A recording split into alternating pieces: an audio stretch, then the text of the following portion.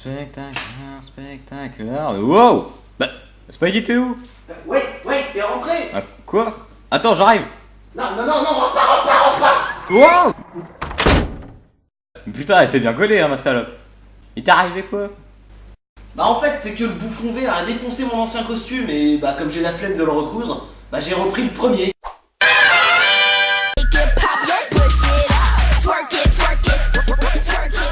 Ouais. Ah, merde. Hey, what's up you guys? Shartimus Prime. Ouais. Prépare-toi au choc. Ouais, bah c'est bien. Hein. Ça fait un peu plus Marvel Legends, quoi. Non, il a changé de costume. Non, il n'a pas changé de costume. Tu peux pas changer de costume au bout du 3e épisode. C'est pas possible. De toute façon, tu fais toujours les mauvais choix. De toute façon, tu m'écoutes jamais. C'est comme un chien comme ça. Arrête, tu peux pas.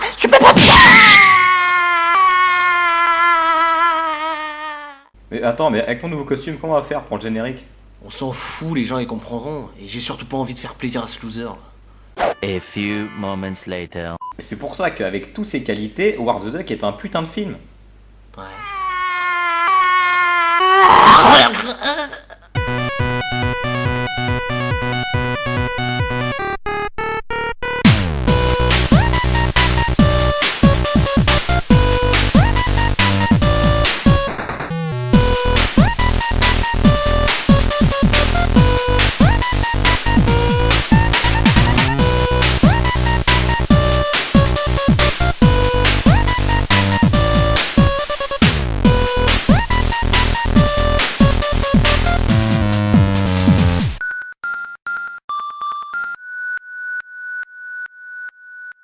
Un nanar.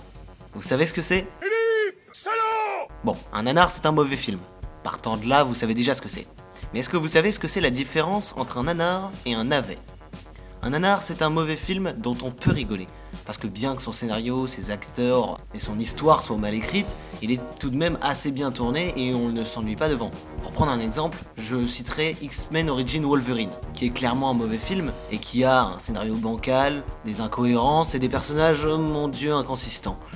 Mais on peut tout de même se le mater entre potes et rigoler un coup parce que le visionnage est assez second degré et le film ne se prend pas tellement au sérieux. Contrairement à... X-Men 3. Parce que cette bouse infâme se prend au sérieux et n'est pas nanardesque ou kitsch à souhait. En plus de ça, elle ne fait que niquer la timeline et la saga X-Men qui était jusque-là très très bonne. Si on vous parle de ça, c'est parce que le film dont on va parler aujourd'hui est un nanar. C'est un nanar navet, dans le sens où on peut se le mater en rigolant, mais il est très difficile de ne pas s'ennuyer. Bref, Soldat Cyborg. Donc, ce film sûrement réalisé par le plus gros trou du cul du monde, qui s'était sûrement perdu dans la galaxie du zéro budget absolu. Le film commence donc avec un plan en hélico rempli de fondus dégueulasses et nous présentant une ville dont on ne connaît même pas le putain de nom. Mais c'est vrai, le but d'un plan en hélico, c'est de présenter le contexte, la ville, là on s'en branle, il n'y a que 3 putains de décors visités dans ce film. Putain, ça commence bien. Le film nous présente Christopher Nolan qui fait une soirée avec son pote et des nanas bourrées, tellement bourrées qu'elles... Oh, you touch my tra-la-la. Ok. Donc ils rentrent dans le bâtiment où travaille Nolan et ils en profitent d'ailleurs pour libérer un monstre dégueulasse qui va bouffer tout le monde. Ou les violer, on sait pas. Bon, on fait vite fait le point sur le contexte du film, car lui-même oublie de nous le présenter et nous balance le soldat cyborg comme ça, comme une vieille chaussette. Le topo, c'est Chris Nolan, qui travaille dans une entreprise qui fabrique des super soldats, ou des monstres, hein, parce que ça, c'est pas un putain de soldat, mais bref. Cette entreprise donc est dirigée par un boss dont j'ai totalement oublié le nom, qui s'apprête à se prendre un gros coup de pute de la part de Nolan et de sa pote pour... je sais pas... Bref, donc voilà à peu près le topo du film, et on peut y retourner. Le monstre appelé Singener s'échappe donc et va retrouver son créateur pour le tuer parce que... Mais bordel, c'était pas compliqué d'écrire un putain de scénario. À côté, Suicide Squad mériterait un Oscar. Mec, je te rappelle qu'il en a eu un. Va te faire foutre. Donc le monstre tue son créateur, mais sa nièce rentre chez elle, et là s'ensuit l'une des meilleures bastons de tous les temps.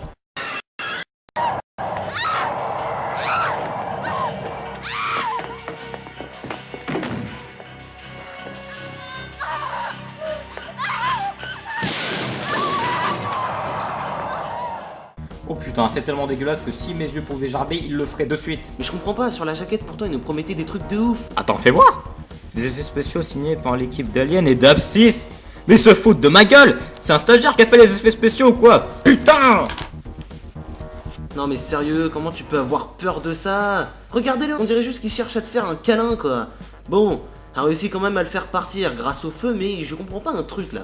Pourquoi lui il revient pas derrière pour la buter? Bon, la meuf c'est quand même une coriace. Elle se rend dans l'entreprise du début, qui était là où son oncle travaillait du coup, et rencontre un journaliste qu'on va appeler John McCain. Vous comprendrez pourquoi. Qui, comme par hasard d'ailleurs, pour aucune raison, enquête lui aussi sur cette entreprise et il demande donc de l'aide à l'accueil et se fait salement rembarrer par Gertrude et waouh la vache, ils sont pas serviables les gens dans cette ville. Pendant qu'il retourne pleurer, on fait connaissance avec le méchant du film qui est pour changer un boss d'entreprise, c'est nouveau ça, et qui visiblement a quelques problèmes d'acné. Sauf que Jean Méchant ne va pas se contenter d'un simple traitement Roaccutane, mais bien d'une piqûre bien dégueulasse en plein dans son bouton. Attends quoi? Mec, tu viens de t'injecter de l'air. De l'air, putain! Oui, parce que logiquement, quand tu t'injectes quelque chose, ça diminue. Et là, visiblement, ton truc vert n'a pas diminué d'un pouce. Retrouvons nos petits amoureux pour un dialogue Inintéressant. Ok bon, bref, retrouvons Chris Nolan et sa compagne pour un dialogue Inintéressant. Oui bah bon, à ce moment-là, retrouvons notre... Inintéressant. Entre-temps, le Singenor, parce que oui, je vous rappelle qu'il y a quand même un putain de monstre qui se balade dans les rues, enfin bref. Donc entre-temps, le Singenor viole une autre nana, sûrement la secrétaire. Coucou. Et la sécurité est évidemment appelée. Mais revenons à nos petits filous, qui reviennent plus déter que jamais puisque McCain a réussi à décrocher une interview exclusive avec Christopher Nolan en personne. Alors comment s'est passé le tournage de The Dark Knight? Oui, Christian Bale n'arrêtait pas de gueuler sur tout le monde. Et si la scène d'interrogatoire est si bien faite, c'est parce qu'il frappait vraiment Heath Ledger. Et si Heath Ledger s'était suicidé quelques temps après... Du calme les gars, oh. C'est pas le vrai Christopher Nolan, je vous rappelle. Ah ouais, c'est vrai. Donc McCain lui pose des questions sur le monstre, enfin le Singenor, enfin le soldat aurait pu merde. Pendant ce temps, Janine s'incruste dans les locaux pour prendre des photos et atterrit... Au musée Grévin. Si, regarde, il y a la tapisserie dégueulasse et même les statues de cire qui font peur là. Ouais, si tu veux, bref. Elle se fait donc choper par la sécurité et se refait renvoyer, elle et McCain. Et c'est vraiment des losers ces gens quoi, c'est pas possible, merde. Ah, c'est enfin la scène d'action des familles. Oui, parce que ça fait quand même 30 minutes que les gardes sont prévenus qu'un monstre erre dans les sous-sols et que c'est que maintenant qu'ils bougent leur cul. Bon, après il faut les comprendre parce que vu la lenteur des ascenseurs, ça ne m'étonne pas.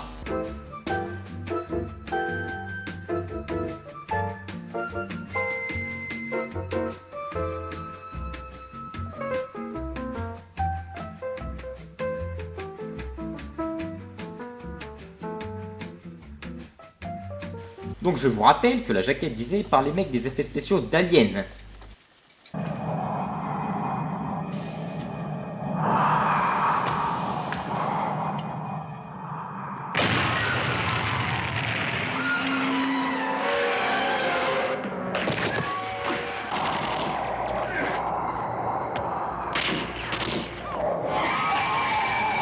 Oh mon dieu.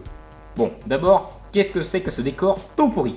C'est tout noir. En plus de ça, la réelle n'aide franchement pas avec des plans qui s'enchaînent à la pisse. Tiens, prenez ce plan. Logiquement, Michel vient de lancer son flair. Le Singenor le rattrape en plein vol. La logique voudrait qu'il y ait un plan où l'on voit le Singenor rattraper le flair en plein vol. Mais non, là, le réel a dit va te faire foutre, il le rattrape sans aucune putain de logique, de continuité. Bon, j'en ai marre. Il faut un Doliprane. Continue sans mot. Ouais, bon bref, si tu veux. Ah, c'est vrai que c'est pas folichon cette scène d'action, hein. Les acteurs jouent mal, ça essaie de mettre du drama, mais ça se casse constamment la gueule. Ils essayent même de balancer des punchlines, mais... Tiens, prends ça. Attends, quoi? Quoi? Attends, remets ça. Prends ça. Prends ça. Oh putain, c'est quoi ce doublage à la pisse, là? Ah, bordel! J'ai raté quelque chose? Prends ça. Non, vraiment pas, non. Bon, passons. Au cours de ça, nos deux super détectives se réinfiltrent en plein cœur de cette scène d'action endiablée et ils en profitent pour prendre des photos, ce qu'ils réussissent à faire, puis vont se planquer en mode Metal Gear Solid.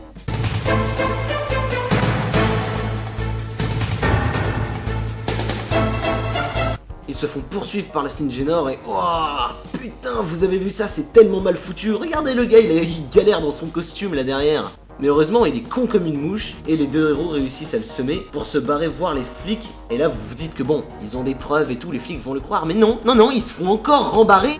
Bon, après ça, Jean Méchant en profite pour péter un câble car il n'a pas eu sa dose d'air entre midi et 2. Il va donc utiliser un méga canon Deus Ex Machina pour buter Nolan et pouf, plus de Batman.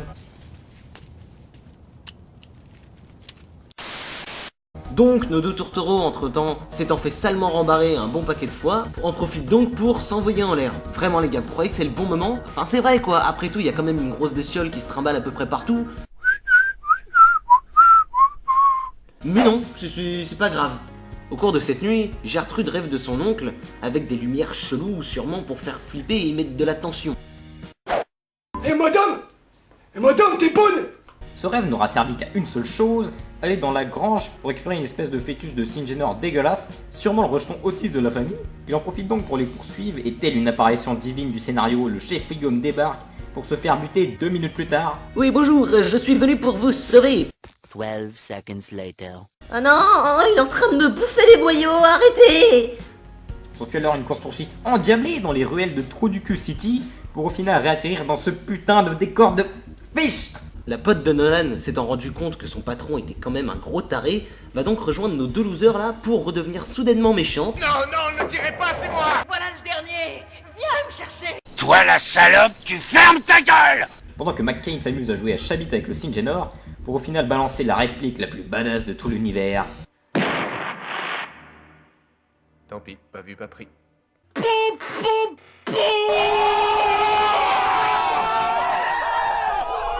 McCain réussit donc à ramener le Singenor et sur un gag de Looney Tunes, la méchante numéro 2 se fait buter avec le Singenor.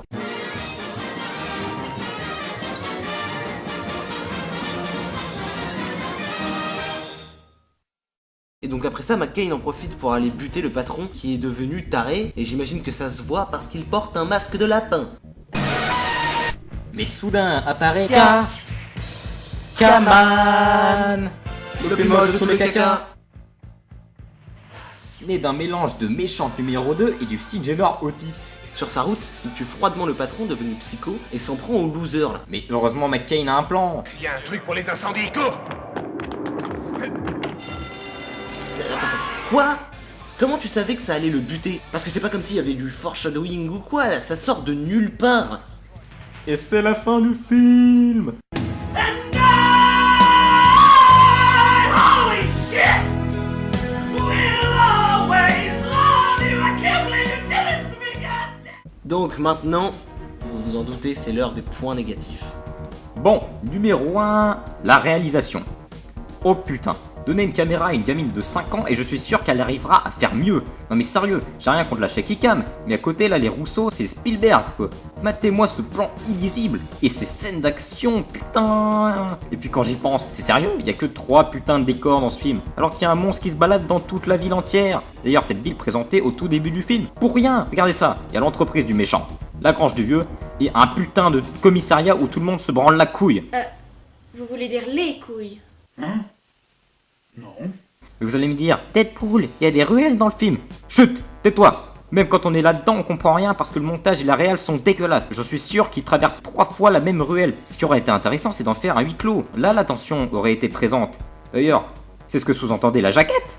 Et ce ratio de 4, putain, c'était sûrement un téléfilm bidon. Mais même là, tu dois adapter ta réal à ça. Alors en fait, on avait une caméra professionnelle, mais Jean-Mi l'a cassée. C'est pour ça que j'ai pris mon Nokia 3310 et on s'est dit que ça allait le faire. Et ça l'a fait. Numéro 2, le scénar. Alors je sais pas qui a écrit ce scénar, mais putain, je sais pas ce qu'ils prenaient à la pause café les mecs hein. Vous l'avez sûrement remarqué au cours de la chronique, il y a moult incohérences et pratiquement rien n'est expliqué. Genre le méchant avec son bouton dégueulasse, eux avec leur vendetta personnelle, pourquoi le soldat cyborg tue son créateur, pourquoi Mike Cain est envoyé ici, pourquoi tous les flics sont incompétents, pourquoi lorsqu'une grosse bête monte sur le toit d'une voiture, personne ne s'inquiète, et qu'est-ce que c'est que ce putain de masque de lapin? Et ces scènes qui s'enchaînent tellement mal, putain, regardez ça. Le Singenor tue la meuf, Nolan déclenche l'alerte, les Space Marines sont prévenus. Mais c'est seulement au bout de 30 minutes de film qu'ils se décident à bouger leur cul. Numéro 3, les personnages. Ouais, parce que si on a été obligé de tous les renommer, c'est simplement parce qu'ils sont inconsistants. Et c'est des stéréotypes quoi. Les archétypes. C'est bon, continue. Matez juste les deux personnages principaux. La meuf est juste inconsistante et son seul intérêt, c'est d'être la nièce du créateur et une vieille meuf en détresse. Et lui là, John McCain.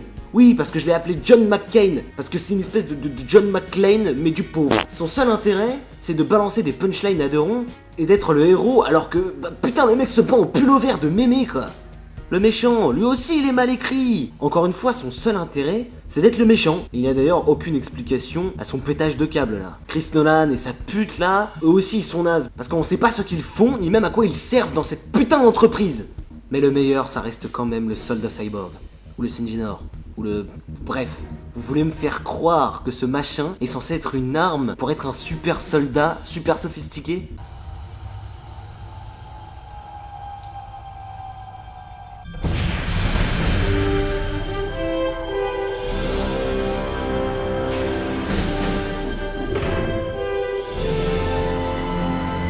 Nope. Numéro 4, le budget. Ah là là, sujet sensible hein. J'imagine que ce film a eu un budget très limité.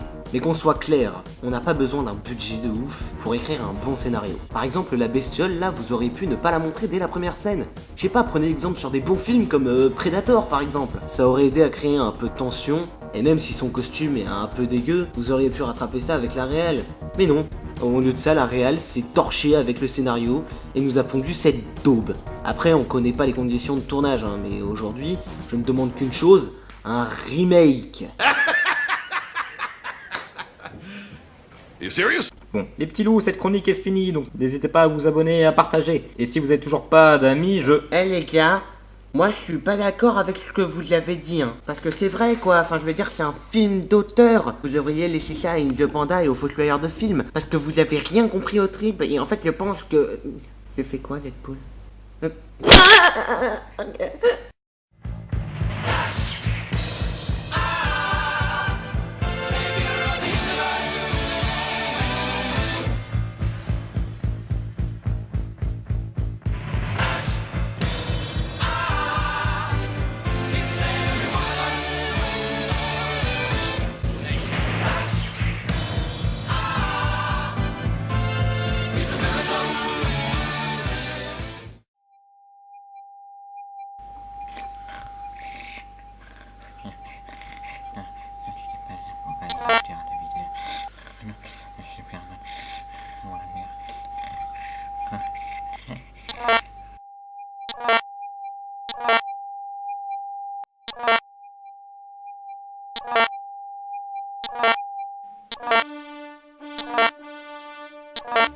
Il est l'heure, les amis,